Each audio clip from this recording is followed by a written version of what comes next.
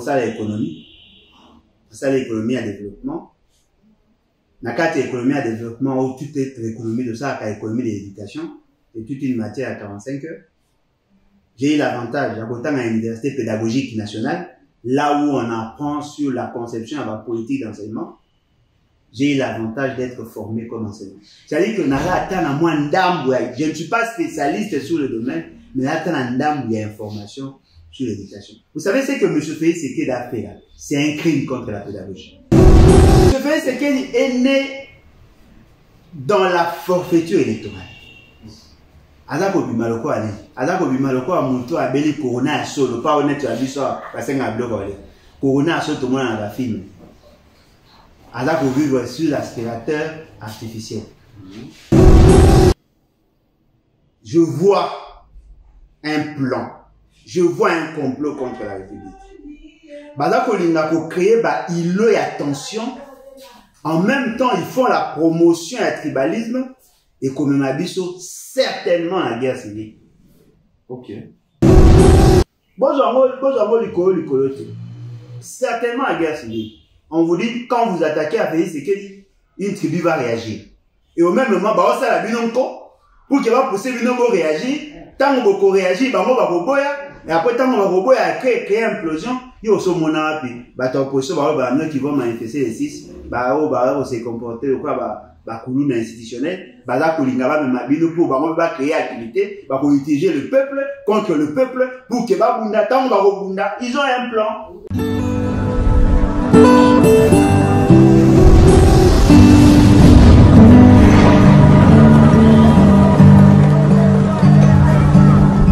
Voilà, Balanados TV n'a pas suivi nombre encore une fois. Bobenga de partout, bolobi nanga qui est par rapport à ce qui se passe dans le cannabis, problème à RAM, problème il y a gratuité enseignement, bana bazali ko chômage, ainsi de suite, nzala partout et surtout boka vous tombez, to éviter banani, est-ce que bazali ba vrai, bazali bilongi milaye, bazolo milaye to bazali bande économique wa bantu, o baye kokota na kati ya mboko écolo, Congo démocratique mboka ya lumumba. Mais que fait le président de la République, que fait le ministre de défense et que fait le premier ministre pour que gratuitement comme ça si ka biso bien contrer car obino bosse jaki ba saya ba kotipe ba récupérer mboka sans contestation de na sima bon bosenga na kutana mona mboka ale bolujwa nazana yi déjà mona mboka ale bolujwa mbotela. Merci pour l'opportunité. Nzamba sayi bolo tout va bien.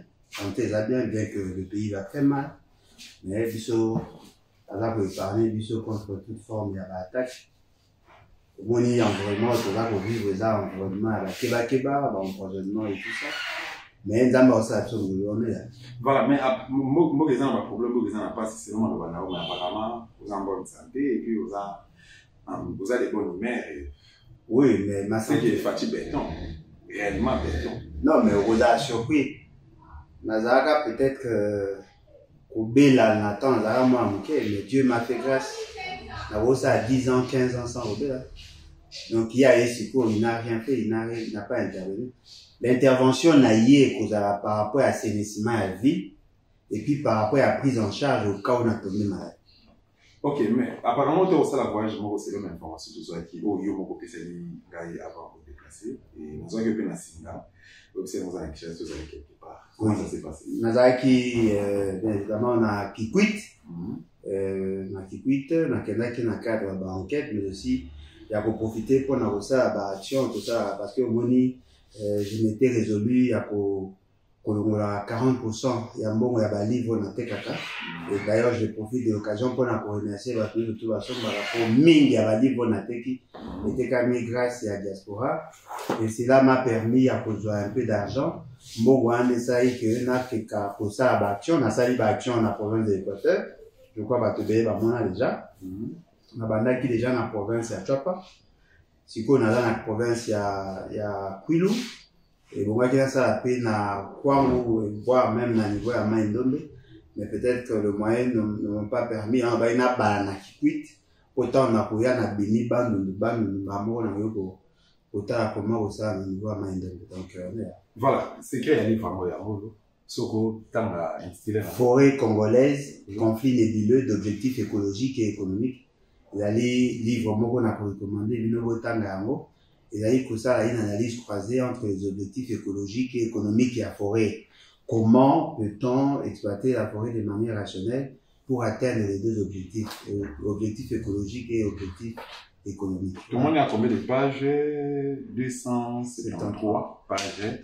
Et dans cette information, on va de partout. Vous vous souvenez de l'émission, tout ça, là, les valeurs RTCN, jour Oyo, avant même publication du livre Oyo. Donc, dans un journaliste à Liboso Oyo, ça la publicité à livre Oyo, dans sa promotion. Je suis fier par rapport à les autres comme si vous bandez, vous avez moi arrêté à oui, ceux qui vont contacter Bichon dans le numéro national direct, ou sinon, plus plus 243 81 250 28 51. Vous pouvez être en contact avec Madame Locadi, Antoinette Locadi en Belgique, comme aussi vous pouvez être M. Edgar Mokonzi en France. Par exemple,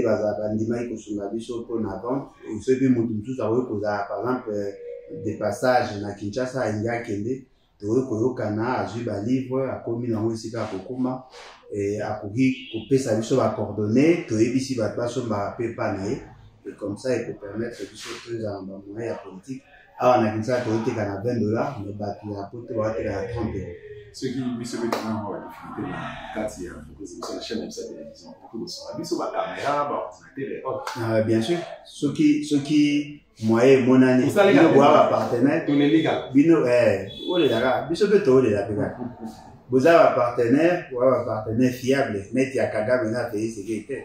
Vous avez un partenaire fiable. On hésitera nullement à pour ça là-haut.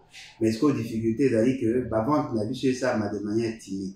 Au moins, ceux qui sont capables à côté qu'à 1000 livres, vous avez $20,000. Mais ceux qui sont qui le 4, ceux qui 3, qui 6, et là, vous posez pour tout ça, le système. Mais ceux qui sont le monde, ils sont mis paquet à Bakay. Ceux qui sont le monde, net, ils sont sur ma bassette, dans l'école, moi, vous faut financer pour lancer à Baban. Voyez-vous? Donc, tout ça, il y a un moment, ils ont absolument été. Mais ceux qui ont la possibilité à voter qu'à 100 livres, ça peut nous aider à avoir $400. Voilà, bonne chance. Moi, je vais aller au Joa, je vais Somba. Bosomba Temeto, Somba. Et là, pour intérêt même pour soutenir, moi, il y a École Condé Bokati, un des combattants à liberté, aller au Joa, un scientifique, voilà qui sait de quoi il était capable. Dans un souvenir, il y a Maréchal Mobutu à comment livrer. Il était pour l'Afrique. J'étais trop jeune, mais si ma papa n'a pas un livre, on a beaucoup de entre autres, livres ainsi sont les glas. Il y a papa Honoré Mbang dans mon point de merci beaucoup pour notre lecteur, nous, surtout que scientifique, nous, au connaissance savoir, nous, connaissance, donc, quand il faut que vous ayez tout ça. Moi, connaissance. Moi, je vais aller au Joa, il y a 1h45 minutes dans Bukavu. Mais ça, c'est Betty, Bandeko, ou Abisso Bazafuna, Bengi, tout le monde va lalité, Barbike, arme lourde de Betty, Koti même, ti, et si ka ou yon résidence, il y a mon zama B, et si ka tchaka base, na base, tout va faire, des si ka bombaka, munitions, arme lourde, tout ça, Koti na kati, soda ou Abisso, gagner pour n'être des sièges, Kimi, on va sur une double, toron qui résiment, Badaki, à tenir civil. Un mot par rapport à ça. Oui, tout le monde, d'ailleurs, déjà, à partir à lobby, je ne sais pas sur les arrêts qui avant, attaque. À mon avis, déjà, un message, il y a des côtés, partir, comment qui déjà que, on a, vraiment, moi, qui est un peu, malsain, un peu bizarre. À mon avis, c'est comme si, il va se préparer quelque chose. Tout, effectivement, Kota qui va attaquer. Moi, ce qui me dérange, bon, pas me dérange, mais ce qui m'a plus attiré, ezali le fait que côté pour Kota, nous n'avons pas un système sécuritaire à Makasi pour protéger la population. Nous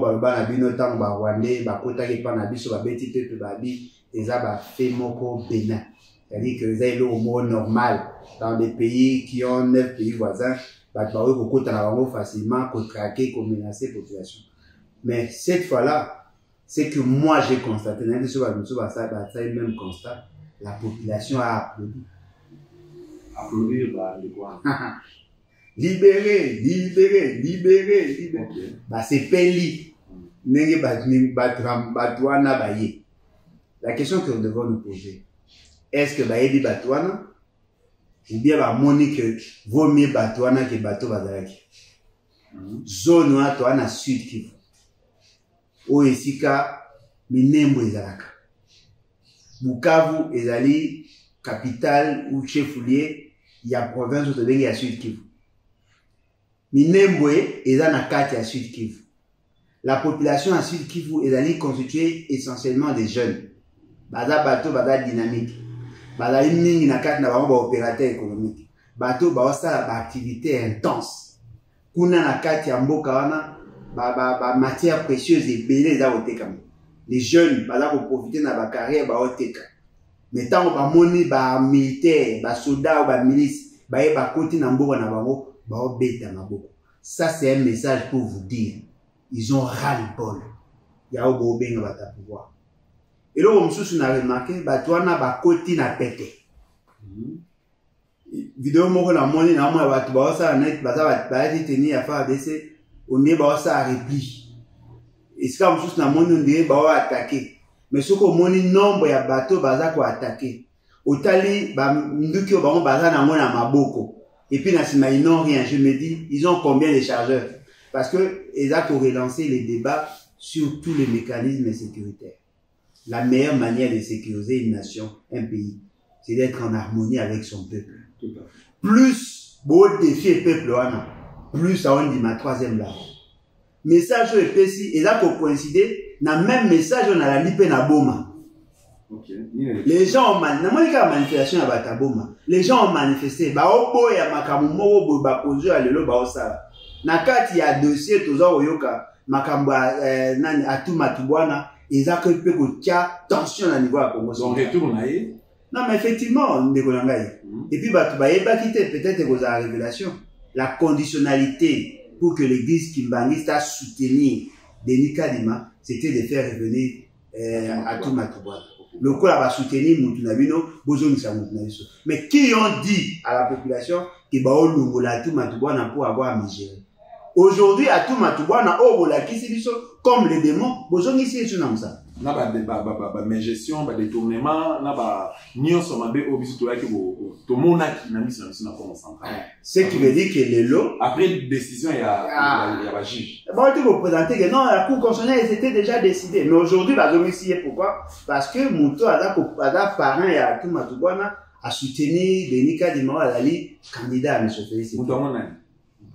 Non, mais Denis Kadima Mouto l'église qui m'a dit.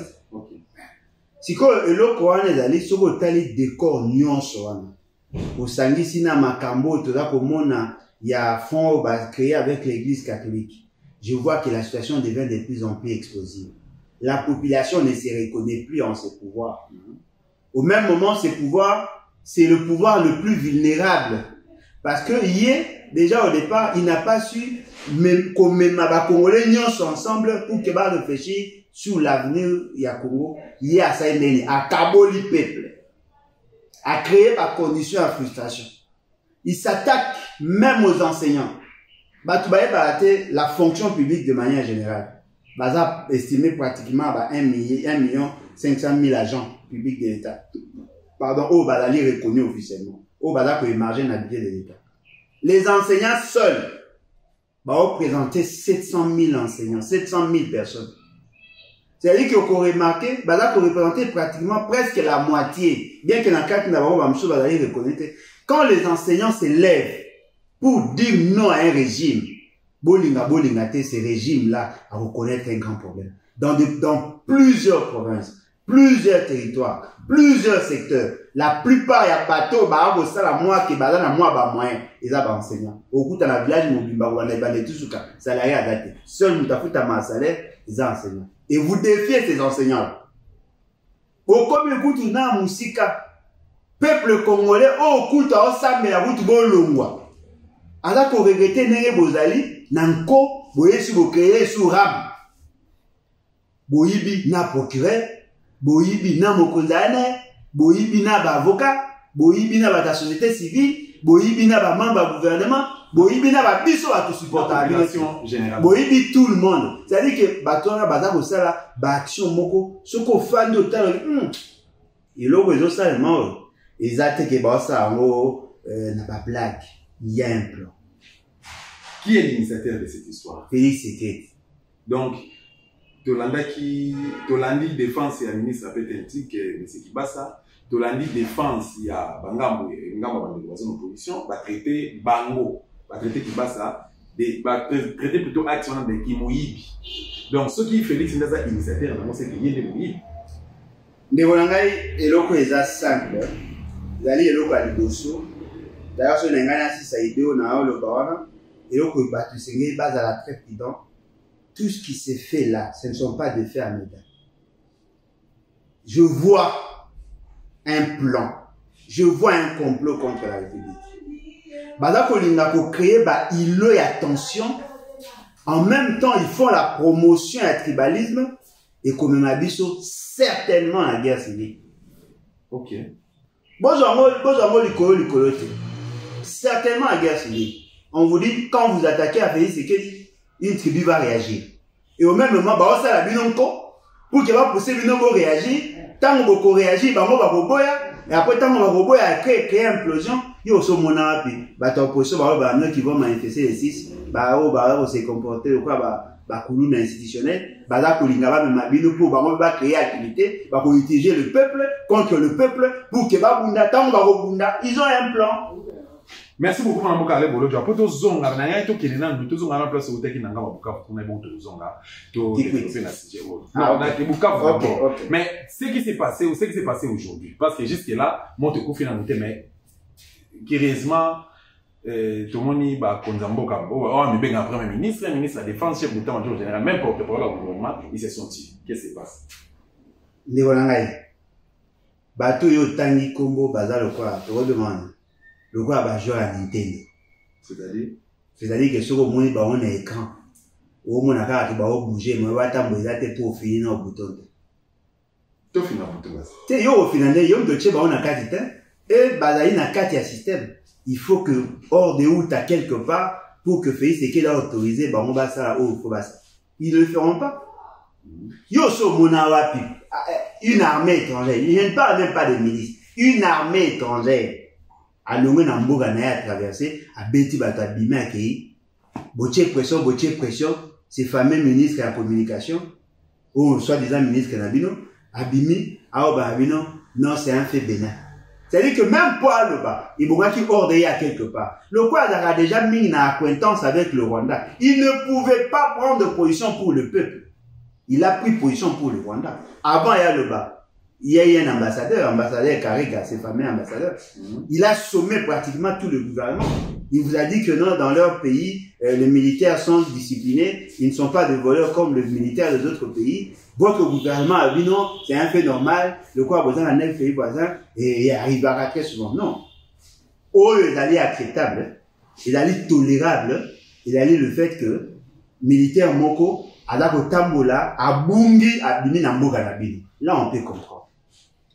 Mais quelques militaires, bah, au Tambola, bah, sali par inadvertance, bah, traverser frontière Nabino, ça, on peut comprendre. Oh, les aïki boité, à l'omwe na mboga na ye, bah, le bik à Hollanda batu, à moni frontière, à yebi que la frontière, à Katisi, à komi kuna pasaï, à fani mabo pambate, à beti, à violenté, après abîmer à sonner. Les loyaux, aux ozela, bah, automate, bateau, bah, là, le quoi, bah, jouer à Nintendo, le quoi, bah, jouer à Kike, ba bouger, ba le batteur, parce que le monde ordinaire peut s'amiter. Voilà, Nangaï na l'organe le mot qui est Patrick Mouyaza, ministre Nangaï, parce que n'a tant que résistant, journaliste. Et à domaine, c'est un confrère. Reconnaître l'institution est en place, parce que le pays est occupé, Basali télévidé, quelque part, na Namba Est et Ambo Cannabis, donc, Libanda Est et Ambo Cannabis, donc, n'a reconnaître, mais état de siège, Bazana Bukavu, mais bazana contre wana. Et comment c'est possible hein? Tant qu'on va voir que ça la musalo bakindela ibaginde au CG kuna ça supposé que baza suffisamment na matos pour permettre bango basa la contrepoids en cas d'attaque. Mais comment c'est possible hein? Bande ko basaya wana donc des personnes non identifiées, ba koti et puis ba s'approprier na territoire moko. Donc to ba lelo si tu as un aéro ba CG ba dona ba zo contrôler Bukavu. Qu'est-ce qui se passe? Bon, je crois que tant sous va maîtriser bango. Tant sous ah na Congo bala capable de recréer le Kuta qui va libérer alors que c'était pas vrai. Tant sous va libérer mais le mot la particularité et le réseau Salema exact que ba ke ko zo territoire moko sous occupé ba e kokota na ville. OK. Moni, moi tant moi que baji moi manono baji moi bamboka mo ba territoire mke ba ville mo ou bien le territoire, ça c'est autre chose. Ah ba na chef na capitale, il y a une province. Ba koti ba terroriser pété. Population a bêti maboko. Ce qui veut dire que devant cette réalité, vous comprendre qu'il y a une vulnérabilité. Et là, comment on me pose la question banamba. Qu'est-ce qui fait que la guerre au Congo est dans 3 axes? D'abord, Sud Kivu, na niveau à haut plateau, qu'on a tout moins minembwe. Ok, na Nord Kivu, na Beni, na Rambokana, au Longwe, na Ituri, Bazu va décréter état de siège dans 2 provinces, Babosa et Sud Kivu. Pendant que Batubasa va bloquer dans l'aventure, il y a un dissident militaire rwandais a terrorisé Batuna Minembwe. La population tente de réagir, le gouvernement a vu dans ses constitutions un obstacle, et ce qui est encore très surprenant, Bazu va faire l'état de siège Babosa et Sud Kivu.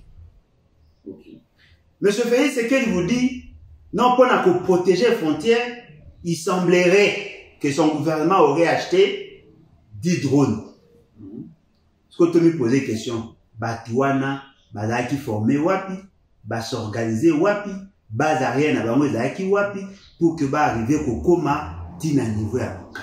Et là, le questionnement, il faut me poser. Qui vous dit que ce qui s'est fait là est un théâtre? Et oui, dans le cadre, il y a pas beaucoup déstabilisé. Parce que plus le pays est déstabilisé, plus ça permet l'association, ils ont quoi apparaître. Je ne dis pas que c'est vrai. Ils ont quoi apparaître le quoi association des malfaiteurs, ou bien réunion sacrée. Qui nous dit qu'ils ne sont pas dans une logique, il y a qu'à déstabiliser le pays pour que la situation comme explosive, afin que les parents puissent atteindre leurs objectifs. C'est-à-dire qu'ils arrivent à questionner, il faut surtout le catouiller. Et ces gens-là n'étaient pas suffisamment armés. Na moni ba mususu a mis 3 AK na mukongo na ye, na moni mususu a na 2 AK, mususu a na AK moko, na 2 chargeurs. On ne fait pas la guerre comme ça. Quelle facilité! Ba mususu ono ba mai, ba mususu mutawa ata ko identifier ba moté. Mais sur au moins na face ya batwana. C'est vrai, ba là ko apparaître mingi le quoi biso parce que normalement on va physionomie ça ya ba bantou tout ça. Mais qui nous dit que Mouto a là derrière Bango, ou a là coordonné, il n'est pas dans un calcul. Ce que Dali Kakabatou va faire appliquer l'article 63, c'est bon. Mais ce que Dali Bato va utiliser pour créer tout ça, sincèrement, moi je demande, Nabatouba à la très prudent et n'attendez pas les réactions des Zarakanaka, ceux qui, les Kambesami, Mende, Akoloba, après Kabila Rabi, Amen, les lieux les abouétés. Muto azali wana wobenga ministre na bino ya domaine na bino na bité ka ministre non mais ministre ya domaine na bino mais c'est pas tout ya na ça va ye aza ba relation makasi avec le Rwanda a cause de la difficulté à comprendre entre le Rwanda et le Congo et puis ndenge na yebi condition aza ko travailler puis ndenge akomaki esika wana pour aloba likambo il faut azela monsieur Félix c'est qu'elle a décidé il travaille plus en relation avec le conseiller principal en charge de la sécurité, et voilà. Voilà, merci beaucoup tout le monde que vous voulez. Nancy Bandeko moi lumière, mais toko et plutôt chlore na si j'ai na ST ceux qui tous précision de tout le monde présence à drapeau moko inconnu. Na éviter na droit yo mutabwanya mutamaye les soko kolo banini basaya bakoti donc des personnes non identifiées bakoti bakiti drapeau ya mboka bazo drapeau na bako matisi. Commentaire ça. Révolution, les alliés comment rébellion. C'est-à-dire que c'est rebeller contre l'ordre établi, il va même une nouvelle ère politique. Ce qui va congolais, et là c'est qui va la bateau na pouvoir pour que bango va remplacer. Ba ko longola partiellement comme ba ko totalement. Partiellement c'est-à-dire que ba jusqu'à une zone ba on va aussi totalement c'est-à-dire que va envahir toute la République. Ba tier drapeau c'est-à-dire que ba reconnaître les constitutions té, ba là ko reconnaître ba autorité ba date. Voilà qu'on reconnaît les drapeaux, bon, bah, et ça, pas sinanga, le peuple a validé. Merci beaucoup. Mais bon, remarquez, niveau ya batu, babaye Congo. Babaye, pena bakozi, babaye tout. Moutandimi, bateau ya l'homme maîtriser te baya pe ba libérer ba olinga ba libérer ba contre les tyrans Félix. Merci beaucoup, moi, Mboka Ale Bolonja. Mais tous on a sur la Kishasa Awa ni Kambo ya Ram et puis si bateau Kokoso. Est-ce que Toyoka qui récemment, j'ai quoi il y a de cela une semaine passée, mais qui s'est laissé Chilombo assistant qui action ya Ram. Mais nga moko dos tanaza victime, bande gobe va continuer aux avoir victime. Peine on continue aux avoir peine, bande va aussi na sur la télévision, continuer à dénoncer cette histoire là. Peuple congolais a ça la nini pour na Ram. Peuple congolais ça pour na Ram te. Peuple congolais ça la pour na recevoir dignité na obi maman bout dignité pour l'Afrique. Pour sauver dignité nae, pour exiger libération en Mboka. Parce que Ram wana ezali ballon d'essai. Baza kota la réaction à la population si elle pour réagir ou pas. Et là quoi liboso c'est gay batu ba yeba, je crois peut-être le bien déjà moi ami. RPTC. Il a qu'à créer comme autorité de régulation. Donc on a libéralisé qui secteur de la communication, les entreprises privées ba commis pour évoluer. L'État a créé un organe technique du colon à Bango pour qu'il y ait tout ce qu'il y a trait dans la fonctionnalité, il y a réseau, il y a tout ce qu'il y a trait dans la fonctionnalité, il y a secteur WANA. L'ARPTC, c'est un instrument du gouvernement. Mais au regard, il y a transversalité à question, n'est pas rattaché à moi à la présidente de la République. Les ministres ne gèrent pas l'ARPTC. Et qui les gère? La personne qui gère, ou l'institution qui gère, c'est l'institution président de la République. Dans la période de Kouloutou Mouzitou, et je crois à l'époque Kouloutou, Louis Alphonse Koyagia, le bas c'était Guérambo, qui était le ministre à PTMTIC. À Zoat, par exemple, à l'initiative, il y a qu'au créer, mécanisme, il y a financement, il y a fonctionnement, il y a RPTC. Bah, on dit que, bah, PSI, bah, rubrique, sur même dans un tableau, bah, tiens, il y a des créants, bah, on dit que, à la source, il y a financement, notamment rémunération et à prestation. Dans cette rémunération et prestation, oh, bah, on va justifier création à RAM. Bah, le but est que Bissonnet sera bah, débiteur. Non. Bah, le but est que bah, entreprise n'est pas pour foutre à Bango. Une entreprise qui a besoin de service, il y a RPTC, à vous foutre. Bah, pesana, bah, taux. Montant, il va vous foutre par rapport à telle opération. Combien de pourcents va vous foutre par rapport à telle autre opération? Bah, tiens, bah, opération, si je m'habille, c'est d'ailleurs au nombre de 6. Nulle part, bah, si t'as, comme il y a peuple.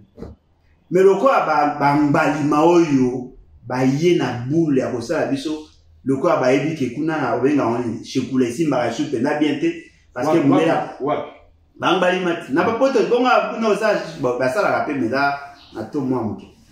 Le quoi, bah, ebi, bah, mbalima, bah, ebi que, nani, makambu ya Chekouleza aussi mba isute Chekouleza d'abord les animés mais Chekouleza bato basara falsifiaka ba chèque pour bimisa ba bon na ba banque. OK. Siko bango tango ba beti calcul ba bité na Chekouleza kuna pose banque nani chèque moko ezora mo ata basa esko stratégie ba bino to yi basko pepe lokwa ba da kebele to yi ba bango to yi ba onde moi to côté la bango ndakunda ko te ko zata bango to ba chaka ba unité to créer rubrique moko to créer RAM est dans les registres et appareil mobile. Ce n'est pas une taxe. Parce que la taxe est créée que par la loi. D'après configuration à l'État, on n'a que deux textes. La loi ou les édits. La loi pour le niveau national, les édits pour le niveau provincial. Bah, créer une rubrique na bango. Bah, jusqu'à interprétation à bango. Une interprétation, erronée. Bah, bimisi, bah, il faut créer nos RAM. Bah, il y a opérateur économique. Au bas, dans secteur. $1.17 par téléphone pour que tu aies récupérer dans mon tour bon $7. Bah créer un mécanisme, il y a 40 millions de SIM. 40 millions de SIM, bah kata biso $7. Pendant donc bah si ça les 2 mois je crois. 2 mois, 8 mois. 8 mois pratiquement. 2 mois ouais. Donc, Lélo, est-ce que l'entreprise ou un réseau, entre autres, la communication, RTL, Vodacom, Orange et autres, comment vous aurez ça la récupération qui va porter le gouvernement plainte? Va reporter protéger l'action là-bas. Non, va reporter le gouvernement plainte. Va reporter le gouvernement plainte parce que Bango Bazali limité par rapport à la droit. Parce que nous avons bazar. Bango Bazali n'a cadre de une sorte d'association de malfaiteurs. Voyez-vous? C'est-à-dire que bah communaliste à malfaiteur bah là pour y va sombo. Qu'est-ce que eux vont vous dire? Nous n'avons pas fonctionné votre argent, c'est l'État. Bah, l'État, ça a des supports, na plateforme, va créer logiciel, va créer programme, pour fonctionner na carte pas na. Si on compte ici $1, bah, l'ongoli parce que, bah, vu qu'on a à l'État, il y a $7. Bah, au cas mais là, où est-ce que la passe APTC n'a pas le mécanisme où il y a sûr, il y a quoi gérer comment va fonctionner bon avec le téléphone. Même opérateur va peut profiter là. Et puis deuxièmement, mbongo bakati bino est la base légalité. Parce que en réalité, si c'était une taxe, au regard il y a nature, il y a taxe, nous devons percevoir moi des gérades. Des gérades à marambongo wanati et que dans la caisse à l'État, ce qui veut dire qu'en réalité, ils ont taxité. Bien que forme nango, ils ont la taxe, ils ont taxé. Ils ont payé les redevances, parce que les redevances ne se payent pas comme ça. Ce sont les consommateurs des bateaux qui ont utilisé service, ne va foutre à la redevance. Or, vous devez utiliser service à l'État. Par entreprise, ne va pas utiliser service à l'État, bah on va vous foutre à la redevance. Busso, tu vas foutre à facture à consommation et pas à opérateur. Opérateur, vous foutre à la redevance. C'est comme ça. Bah je vais créer les bines de l'eau quoi. Bah oui, bah bine mbongo na pété. Bah tu bah oui, bah ça à calculer. Ton but toi na 40 millions de SIM actifs. Si vous avez 40 millions de SIM actifs, vous multipliez par $7, ça vous fait 280 millions de $. Donc, les lots Félix à 280 millions de $. Yo, va 280 millions, va katanga $28. Bah, si tu as autre katanga. Voilà. C'est-à-dire que, bah, créer région na bango pour na kolia bisombo. Baza kolia bisombo, bah, wala bisombo. C'est quoi le problème d'Ali? Selon l'esprit à constitution, ceux qui voient un problème, il y a marque, ce sont les députés qui doivent s'en charger. Parce que le domaine, il y a taxe, il y a la compétence exclusive là-bas. Je vais me mettre dossier pour gouverner. Comme on a niveau à l'Assemblée nationale, ça les semblant comme s'ils voulaient résoudre le problème. Et ils se sont rendus compte qu'ils se sont posé des mauvaises questions au vrai problème. Ils se sont attaqués à la personne, il y a un ministre, alors qu'en réalité, la personne que l'on devait cibler, il a dit, M. Félix, c'est qu'elle dit. Les qui sont battants, béni, on a mais on est toyo. Ah, bon, on a pour ça, on a bon, on a ça, on a dit, voilà, on a bon, on a. Donc, biso wa okata ngambongo, bason bi $55,000, bason bi député J. Ce que yebisanga, une association nyonso wana, qui doit être épargné? Personne. Mais tu es parti parce que moi non, bah mbongo ba repesa ka bango kaka. Bango ba mercenaire. Mercenaire il faut entretenir. Et à quoi on est, tu vois un exemple quoi moi ça ndumba. Boyoka ni na facture. Ata obosani o bolingo ko moya bolingo ya raté. O futa ka mbongo ti na suka. Donc c'est ça. Merci beaucoup mon amoka allez bolonja. Bon gars c'est ça mon voyage pour nous coûter concerne ça là qui puis au salini cette fois. Bon, déjà, dans la province, mais tu tindaki, dans la première, tu tindaki badiloko, tu tindaki tableau, banc, cahier, stylo, tout ce qui va avec, et puis tu as qui n'a pas maman, sous la partenaire, sous la tindaki, tindaki cahier, tindaki sketch, tu tindaki maman à biloko belé vraiment, sous tindaki na béquille, bilamba. Ouais, il y a tombola, tindi tokaboli pena biloko ebele mais na niveau ya kikuyi tokaboli bakaye babike oyo tozalaki nango mpe tokutani na couple moko sur place na kati ya hotel mpe tozalaki babakisa biso mpe bakaye tokaboli pratiquement na 5 sites oyo tokaboli bakaye c'était en tout cas tolevi 3000 kaye oyo tokaboli tozalaki mingi te mais au moins bana ebele basepeli eloko toremarke ya saison ngai te. Parce que il faut vérifier. Enseignants bazaki payé. La plupart d'ailleurs il y a enseignants on va qui na bango baza nouvelle unité mais ça 7 ans 8 ans 10 ba futa marché et puis ba futa maka bazali sous-payé parce que ils n'ont pas su standardiser les salaires. Il y a enseignants msuba za 195 000 francs alors qu'il y a 310. Et puis, Tokouti, frais de fonctionnement à l'école, 94 000 francs, pécité.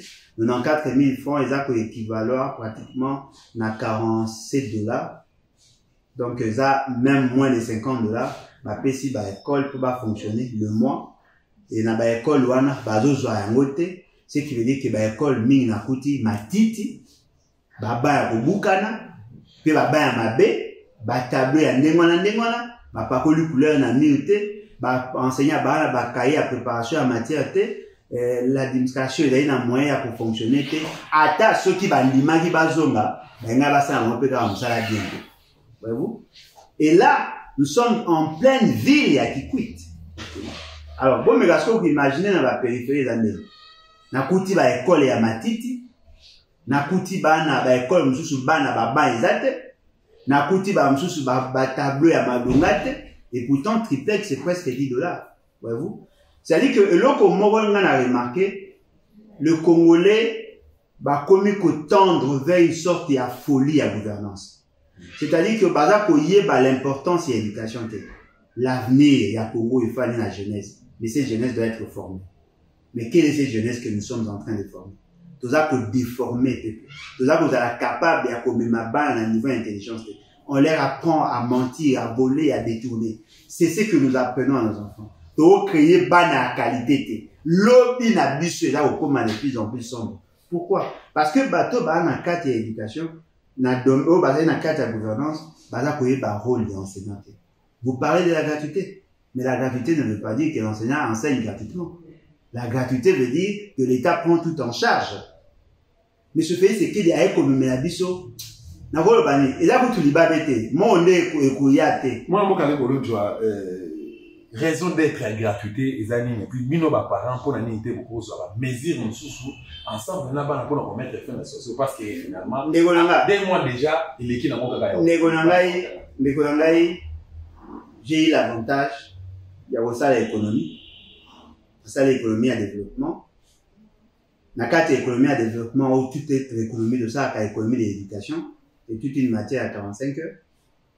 J'ai eu l'avantage d'abord à l'université pédagogique nationale, là où on apprend sur la conception de la politique d'enseignement. J'ai eu l'avantage d'être formé comme enseignant. C'est-à-dire que je ne suis pas spécialiste sur le domaine, mais là, il y a information sur l'éducation. Vous savez ce que M. Félix Sekeda a fait là? C'est un crime contre la pédagogie. Okay. Le problème c'est que le col a promis qui n'a discours naïe à campagne, qui a pour rendre effective la gratuité, a sali un mot sans raisonner. Décréter la gratuité, c'est la chose la plus facile parce que c'est déjà conditionné. Mais comment organiser la gratuité? C'est là où il a failli. C'est là où on devait sentir son intelligence. Il a décrété la gratuité enseignement une semaine avant la rentrée scolaire. Je crois, avant le mois de septembre 2019. Il a qui d'abord 2 semaines avant, il fait la déclaration, non voilà, je vais rendre gratuit. Et après, Adbengi Kulutu Emery Okunji, Alaki Kosa l'intérim et le ministre, il y a FSP à l'époque, à ABC Bassa l'évaluation, Bassa l'évaluation, il y a gratuité, Malobi n'a eu le coût, il y a budget à gratuité, il y a eu 2 milliards 600 millions de dollars. Tout le mécanisme ça a calcul procès simple. Na calcul na bango na base na bango ils avaient 600 000 enseignants. Na 600 000 enseignants, et bon qui va foutre en moyenne 250 dollars. Pourquoi 250? Bah ça les moyennes entre l'enseignant le mieux payé, na l'enseignant le moins payé. Il faut trouver moyenne, il y a 250 dollars. Na 250 dollars, un enseignant, le mois, et l'an, a droit à 3000 dollars. Un enseignant, 3000 dollars l'an. Parce que sur aujourd'hui 25 fois 12, ça vous donne pratiquement 250 fois 12, ça vous donne 3000 dollars. Aujourd'hui, 3000 dollars, on multiplie par 600 000. Yango des eaux bon avant moi mon capolo joa Alain est-ce que lelo moi na dit 5 ans après ce doli que nous Félix comme ça la 5 ans na pouvoir na depuis na régime na 5 ans après ce doli que nous évaluer moi na policy les plans scientifiques vous retrouvez moi na to se retrouver na casse. Non, au moins notre grande difficulté les amis. Il a dit que la plupart des parents le rôle de l'école c'est de recevoir les enfants de 7h30 à 12h30. Non. Le rôle de l'éducation ou de l'enseignant ou de l'école, c'est amener une transformation de l'enfant. Au moins, moi, on a le coup l'argile. Voyez-vous? Il faut repérer ça, est-ce qu'on forme? Tout à fait. Dans la forme, il y a l'intelligence, il y a potier. Voyez-vous? Il y a aussi il y a cette intelligence, et là, comment modeler, comment ça, comment la forme, où il y a l'ennemi. Après, ce qu'on ça, il y a penser, qu'on a écueil, insuffisance, il y a pour qu'il y ait normal. Tant qu'on va pour parler langue, à commis au pot de fleurs, au bas du tout, pour apprécier. C'est un travail de longue haleine. Ça, tout ça, de manière séquentielle. Moi, na maternelle, c'est un objectif pédagogique, à commune primaire, c'est un objectif, à commune secondaire, à côté d'une orientation, à commune humanité, sur la série, ça y est l'évaluation somatique, tout le monde examen d'état. Et puis, si moi, tout y a pour ça, la recherche approfondie, la recherche appliquée ou la recherche fondamentale, à cause d'un institut supérieur, tout dans l'université. Devant cette réalité, il faut voyer le rôle y a enseignant, c'est de créer l'homme selon le profil y a nation. La difficulté autre est le fait que tu vas comprendre que l'enseignant, pour être enseignant, il faut être formé. Les enseignants, les cas cursus normal. D'ailleurs, en réalité, pour être enseignant à l'école, il faut la psychopédagogue. Un psychopédagogue, c'est quelqu'un qui connaît ses droits. Il ne peut pas travailler gratuitement. Moutamaï a ça comme ça au fait, soit au moins moutou a ça comme ça au fait, soit t'as des esclaves, soit t'as eu moussate. Moutou a yebi à la exigence. Les enseignants sont formés, pétris des valeurs. Et puis ils apprennent aux enfants le droit, comment revendiquer leurs droits. Moutou a beaucoup de lesquels est-ce qu'il y a parlementaire debout? Juste qu'on est qu'est-ce qu'on va enseignant, la condition à Mali. Sur 3 et 600 000 enseignants au bazar qui au départ, il va régulariser la situation en 300 000 pour 300 000 bazar, ça allait être tiré. Pendant que Baoz est là-bas régularisé, ici 118 000 enseignants de plus. Au lieu que va enseignant debout au bataille va recruter enseignant assis, administratif. Bateau bataille au moins situation n'a pas d'aller améliorer, va foutre à ma hâte. Mais aujourd'hui ça va pas que caca. Ceux qui parlent pas va manifester oh non, bon manifester les alliés question nationale. Il faut porter l'intérêt à peuple. Non, mais attendez. Mais ce pays c'est que lié mais ce pays c'est que avec tout ce qu'il a comme limite à capacité managériale. Il coûte à la République combien? 25 millions de $. Vous savez, la présidence coûte combien à la République? Le budget, 155 millions de $. Dans le mois de septembre, il a dépensé, dans le mois de septembre, évaluation en gouvernance, ils ont connu un dépassement. Mais ce fait, c'est qu'il a dépensé 247 millions de $, la présidence pour le fonctionnement, sans compter rémunération. Okay. Le budget à 2022. Mais ce fait, c'est que la commune a 257 millions de $, pour le fonctionnement, sans compter rémunération. Okay. Mais essayez de vous imaginer. 600 000 enseignants. Vous bâtissez le bango, $20, $20, $20. N'abord, bah, na vie. N'abord, il y a la province, vous bâtissez le bango, $10, $10. Prenons la moyenne à $20. Si vous avez 600 000 enseignants, multiplié par $20, ça fait combien? Ça fait 12 millions. Si vous multipliez par 12, ça fait combien? 144 millions. Pour 600 000 enseignants, vous bâtissez 144 millions. Vous avez c'est pas balé là bas que vous bâtissez quelque chose. Bango ba 600 000. Bino na cette fameuse présidence. Vous avez sorti 2000 nandambu. Bâtissez bino 107 millions. Bah tu 600 000 vous bâtissez 144 vous bêtes tabatolo. Si vous bâtissez on va dire que non, on va manifester bonne volonté. Non, mais ça, c'est le discours le plus ridicule. Moi, ce monsieur-là. Non, moi, ce monsieur-là, il n'est pas sérieux. Comment? Il a l'air sérieux, mon quête. Et là, on peut en haut le bas. Ne pensez pas que tout intellectuel est capable d'élaborer le politique d'enseignement. Lui, il est juriste. Il n'a rien, il ne connaît pas grand-chose sur la pédagogie. Même là, on a comment organiser les écoles. Lui n'a aucune notion sur la fonctionnalité du système d'enseignement. Il y a la fouille, il y a école. Mais il n'est pas concepteur, il y a école. Il y a des gens qui sont spécialistes en la matière. Un enseignant, à tout naïe, il connaît. Pour qu'il dégager connaissance, il doit être motivé. Quand vous donnez aux enseignants $20, beaucoup mis ça au bâti, $20. Mais lui, il mérite quoi? Parmi les ministres le plus incompétent au gouvernement, il y a dans le cas. Merci vraiment, non, maman, merci. Maman, merci.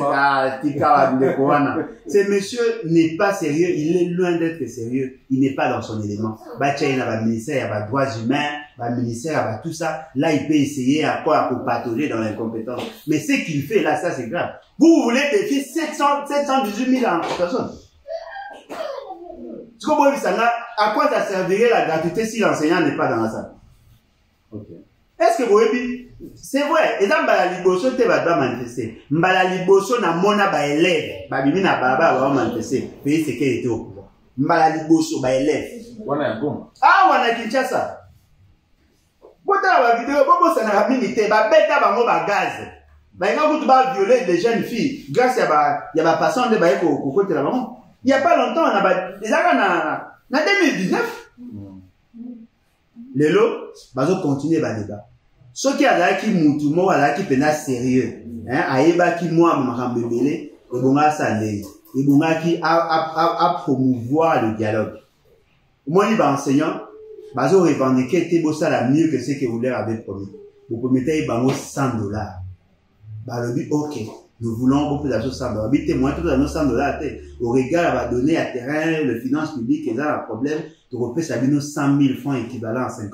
Ils ont accepté moi ça là. Merci beaucoup. Moi mboka Alain Bolo Joa Malobaya Alain Bolo Joa donc to sengi pas que to sengi plutôt que to ko yebisa mais c'est Tony Mwamba. Comment les a Tony Mwamba te Mwamba parce que c'est un louba ba on ko la même identité ba on ko nga na ba se camoufler pour na échec oyo parce que connaître national état monde. Moi mboka Alain Bolo Joa lelo likambo ya cadre mezo ko poser problème pour bande ko ba ko na élection. Félix s'est imposé or bande ko mususu ba lobby na ngamba la muka ba lobby ke Kadima na Rosar Malonda bazalaki balataki la bas couleur. Félix a contesté a quoi ici pourquoi quoi ça Rosar Malonda et comme na tango ya Kadima il s'est imposé. Na évité à venir à courir aux alentours soki si na 2023 parce qu'il y a certaines personnes certains politiques plutôt baza déjà pour se préparer pour l'élection. Ils allaient gagner en 2023. Commentaire je crois que de ça, qu'il y a une émission Yasu Kawana. J'avais clairement dit que le problème haut aux Anango, il a été que me poser des mauvaises questions. Le problème n'est pas seulement délicat du maïs consort. Le problème, c'est d'abord Félix. On est sur qu'on réfléchit bien ici quand et on va tirer ma conclusion à ma vie. Qu'est-ce qui a fait que Félix Ségué comme président de la vie? Qu'est-ce qui a fait? Non, mais ça Kabila. Félix Ségué, c'est une invention de Kabila. Kabila a petit calcul. 18 millions de personnes babimina baba. Baza ko bunda pona ko changer animateur. Kabila fani na kingakati.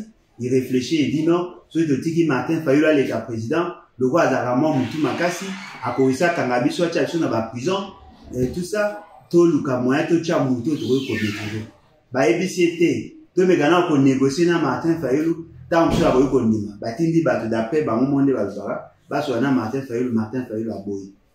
Bah, ok, ce de Tchéchadar, le quoi, population, a ébi déjà que, a Boyaki déjà que Batou à pouvoir, ce de Tika, tout le Kato créé pantin, le mot en empruntant et pas payé, c'est tout créer un pantin, à chauffer chaise, bon, tout trouver à pour récupérer le pouvoir.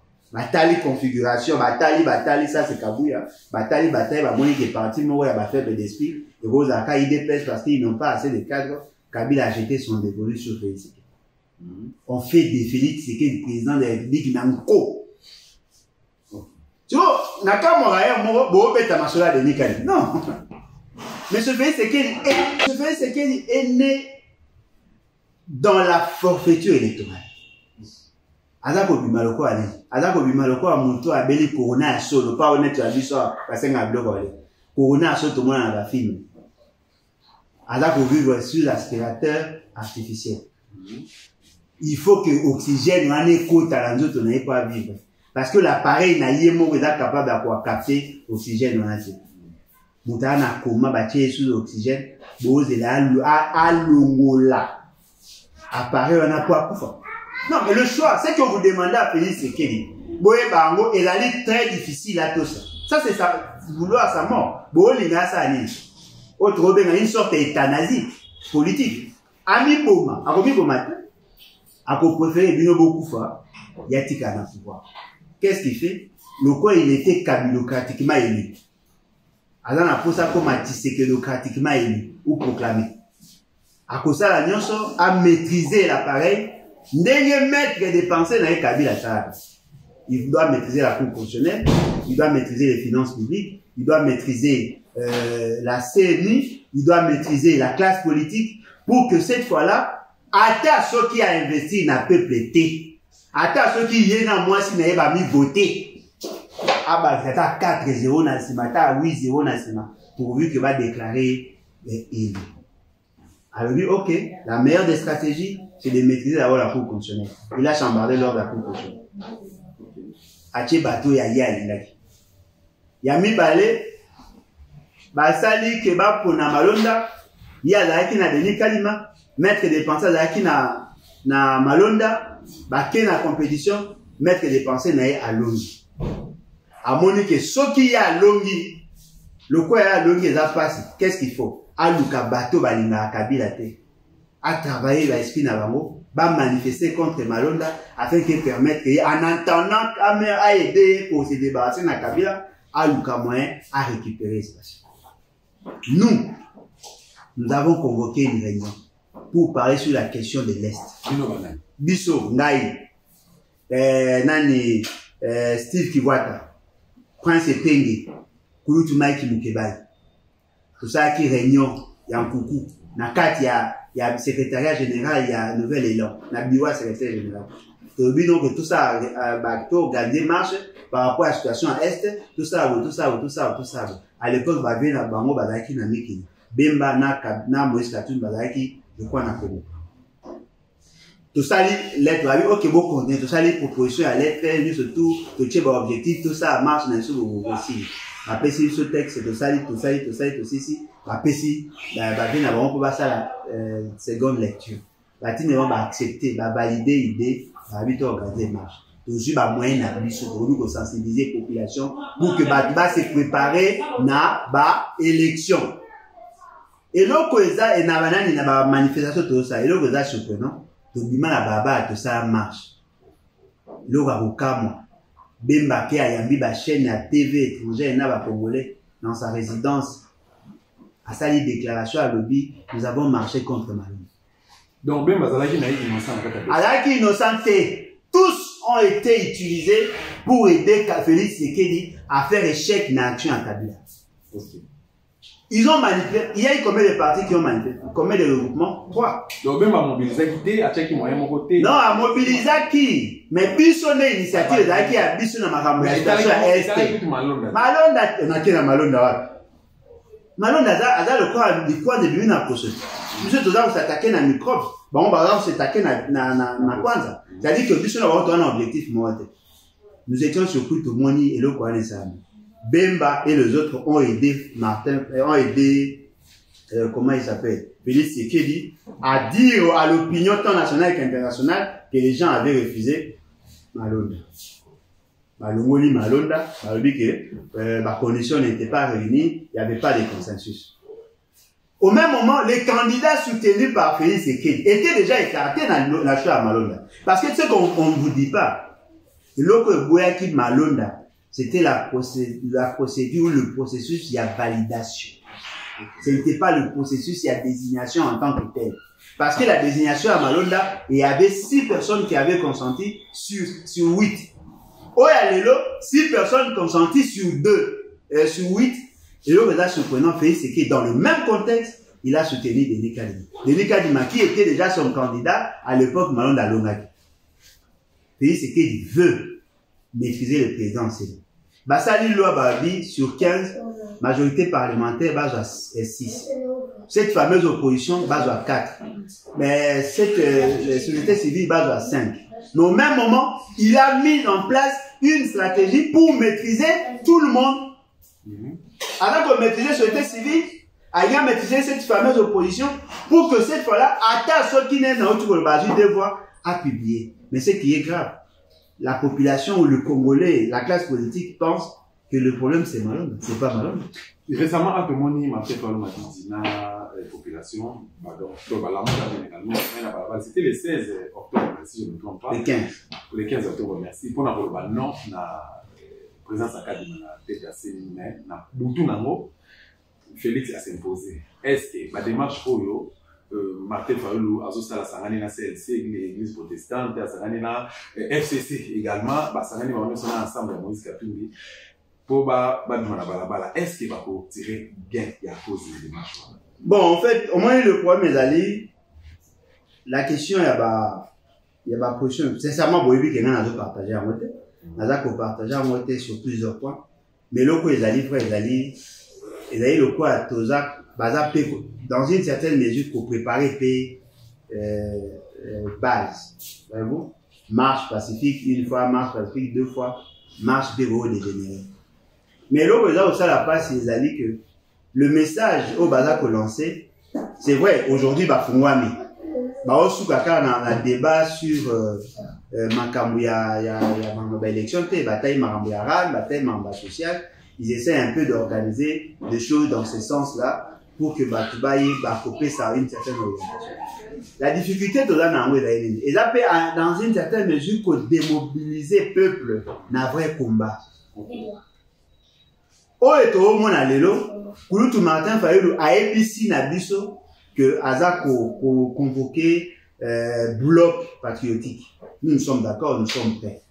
Et nous allons même demander à toutes les autres organisations d'adhérer parce que tout conjugué est fort. Parce que pour être ensemble, on n'est pas obligé d'être totalement d'accord sur tous les points. Non. Lorsque vous êtes d'accord sur l'essentiel, travaillez sur l'essentiel et peut-être chaque composante a retirer la couverture de son côté. Mais l'église catholique n'est pas dans la philosophie à Martin Fayoulou, Martin Fayoulou, il y a bloc. Il y a pas moi pour des raisons précises, on va fixer. Et là, à Fourou les champs. Là, il y a Liboso qui Martin Fayoulou qui lance l'invitation, mais cette fois-ci, il est convié. Allez inviter le corps l'église catholique, l'église protestante, inviter Bango Baya pour répondre à l'invitation. Vous me pouvez imaginer, pasteur a béni une église, j'ai un séminaire que j'organise chez moi. Yaka, ou y'a pour participer. Beaucoup de ennemi dans tombe banana dans quatre églises. Au bima, ça c'est un problème de choix. Voyez-vous? Eux ont choisi de rester. Ils vont travailler ensemble avec Bandero Nabiso et FCC. Après travailler ensemble, peut-être avec Moïse Katumbi, parce que Moïse Katumbi, alors le Komo, on a maille le Komo, on a boîte, on a dit battu sur quoi à Moupavé. Mais ming, va quoi à la côté maille. Voyez-vous? Ils ont pas travailler ensemble pour Nakoboya. Moïse Katumbi a un posa, Yakota. FCC a un posa, Yakota.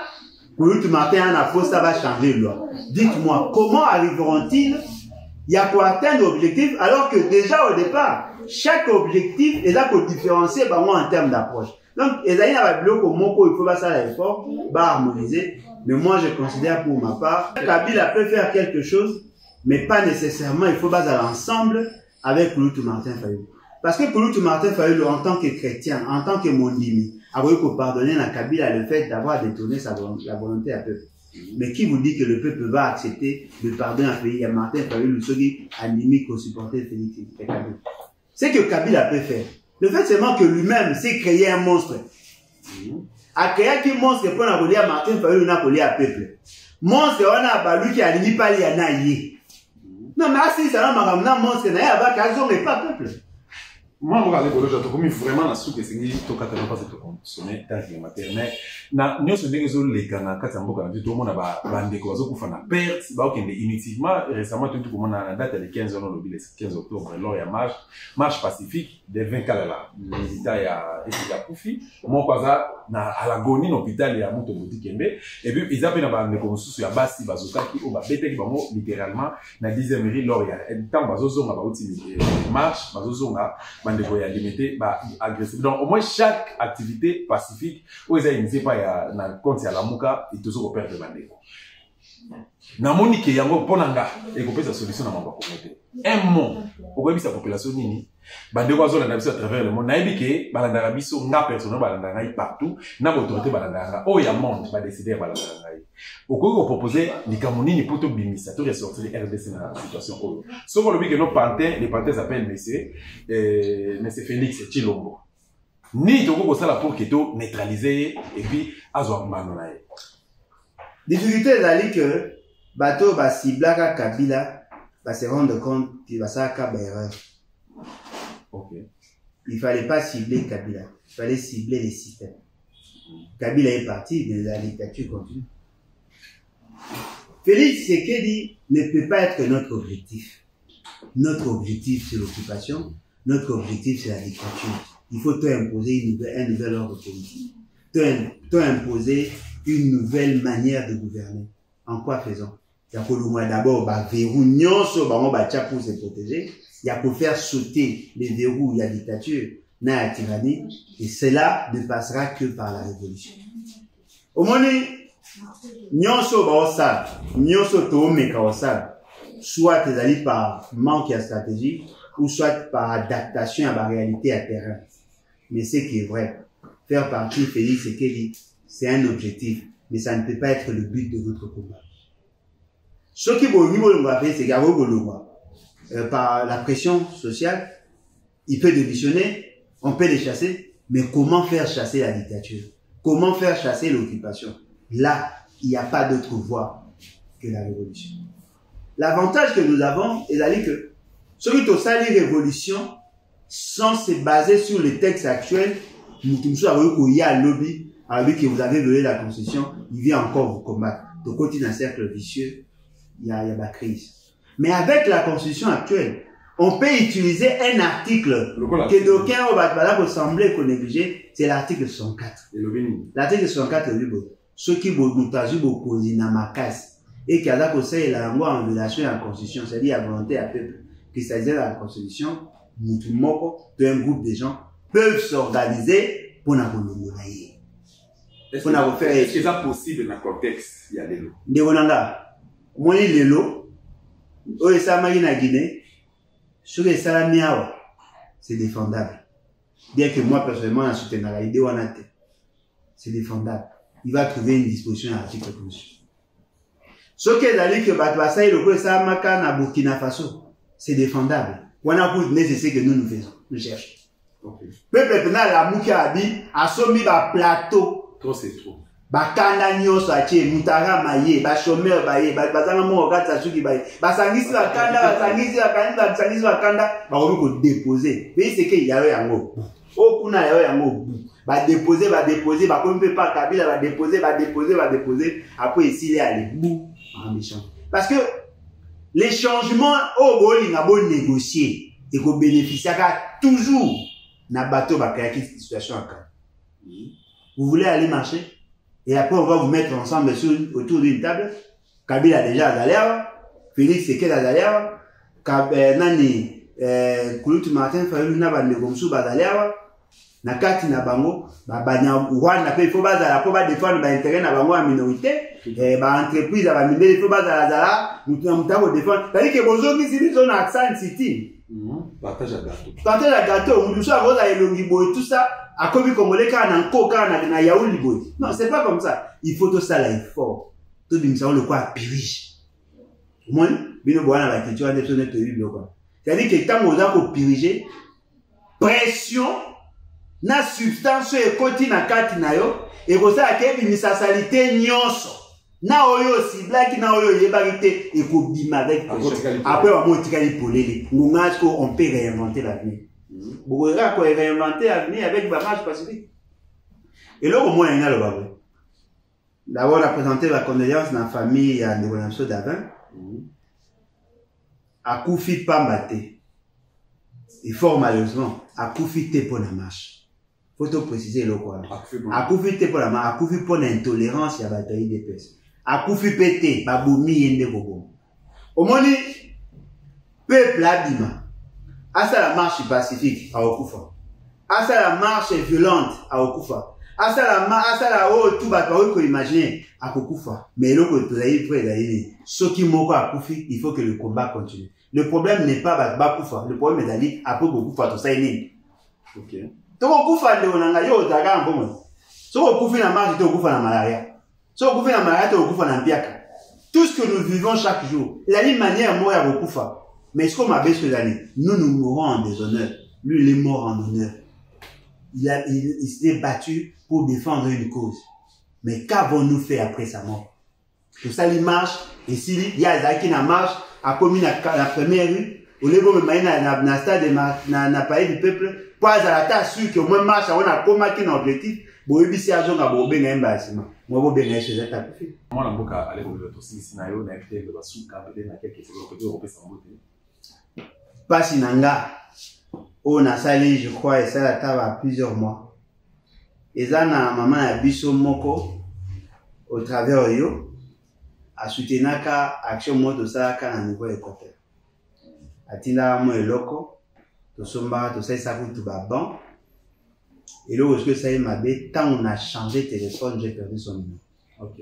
Et puis là, où est-ce que passe, n'a eu comme on a eu à Souka, mais n'a eu comme on a eu à Bibandé.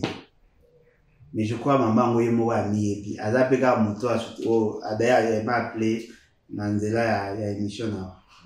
Ce qui vraiment ko rappeler les amis. Voilà. Ça sera un beau cadeau à recopier ça parce que na ko zanga numéro wana té. Pour ngai na le bana merci et puis probablement routine la vidéo ya nani action ndenge kai pour naza molimo ngeza na kini. Voilà, ngapi na même occasion na profiter na pesa mbote na ka wala na biso parce que la biso Nicole nyonso na ngamu na ngapi na refouiller le numéro na ela ko mega su ko refouiller na ba archive na ngai soki na ketu ba na ozana ko pesa de biso ka landi ne va pas cher oui na yebi so ka landi a ko benga biso so ka bengi yote ko benga ngai mais rappelez le numéro na yo oui plus 243 81 250 28 51 81 250 28 51 c'est-à-dire action à Salaka. Merci maman. Voilà, merci maman, on a pu en profiter dans la même occasion na Sabino to lingani tellement ya trop on a battu sur souhaiter ngai joyeux anniversaire ngai le 1er novembre. Ah OK, ah yo 1er novembre, ngai le 18 octobre. Joyeux anniversaire. Merci beaucoup. Donc, na comprenant quitté ngamo na perdu qui des il y a une de mes grandes sœurs à Beninga le qui nommé c'est anniversaire demain.